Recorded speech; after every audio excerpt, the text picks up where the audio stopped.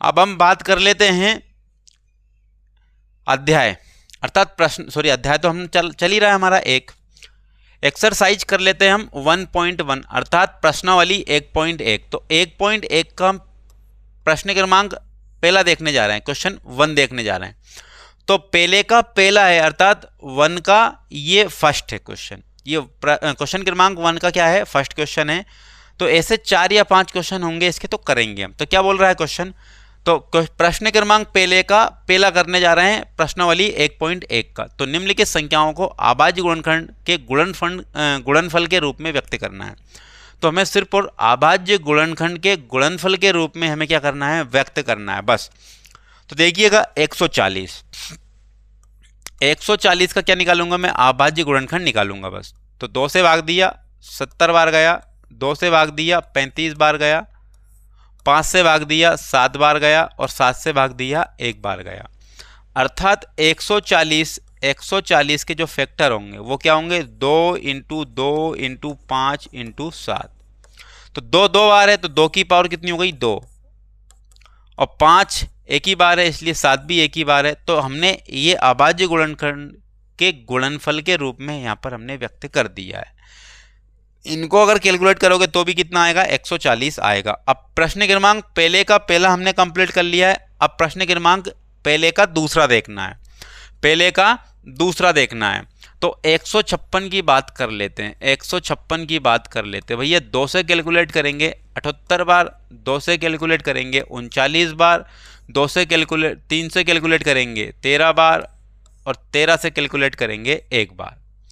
तो 156 का हमने देखा तो 2 × 2 × 3 × 13। तो 2 कितनी बार था, 2 बार, तो पावर लग जाएगी 2 की 2, और 3 एक ही बार था और 13 भी एक ही बार है। तो हमने ये पहले का दूसरा क्वेश्चन हमने कंप्लीट कर लिया है। अब पहले के तीसरे की बात है, पहले के तीसरे की बात है।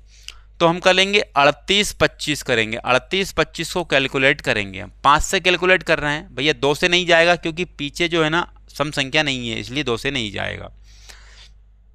अब 3 से जाएगा, नहीं जाएगा, तो 3 को भी देख लेते हैं हम। तो 3 को देखने के लिए हम डिजिटल सम को देखेंगे। अगर इन अंकों का योग अगर 3, 6, 9 आता है तो वो संख्या 3 से डिवाइड होगी, देख लेते हैं। 5 और 2 7, 7 और 8 15, 15 और 3 18, अर्थात 18 को फिर कैलकुलेट करोगे आप, 8 और 1 9, अर्थात ये संख्या 3 से डिवाइड होगी, ये संख्या 3 से डिवाइड होगी। तो 3 से करेंगे कैलकुलेट, तो 3 एकम 3, 3 दूने 6, 2 बज गए, हो गए 22, 3 7 21, 1 बज गया 15 होगा, 3 5 15, 3 5 15। अभी भी ये 3 से कैलकुलेट होगा, 3 चूके 12, 3 दून 6, 1 बज गया 15 होगा, 3 5 15। अब 3 से नहीं होगा ये, अब 5 से होगा। तो 5 8 40, बज गए 2, 5 25, फिर 5 से होगा, 5 से कैलकुलेट किया, 5 एकम 5, 3 बज गया, 5 7 35, फिर अब 17 एक अभाज्य नंबर है ही है।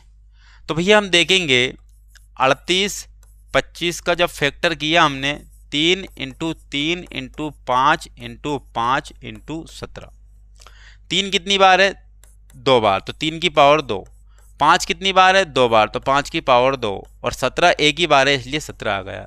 तो पहले का हमने ये तीसरा क्वेश्चन कंप्लीट कर लिया है। अब आगे चलेंगे पहले का चौथा क्वेश्चन, पहले का चौथा क्वेश्चन देखेंगे 5005। 5005 है, इसको कैलकुलेट करेंगे हम, इसको कैलकुलेट करेंगे 5 से, क्योंकि 3 से डिवाइड नहीं होगा, क्योंकि 5 और 5 कितना होता है 10, और 10 3 से डिवाइड नहीं होता है। तो देखिएगा 5 से 5 एकम 5, 00 की 00, उसके बाद अब ये 7 से डिवाइड होगा, क्या होगा, 7 से डिवाइड होगा। तो आपको अगर मैं आपको मैं ना एक बहुत बेहतरीन बात बताने वाला हूँ, आपको एक बहुत बेहतरीन बात बताने वाला हूँ। अब देखिएगा वो क्या होने वाली है, मैं बता दूंगा अभी आपको।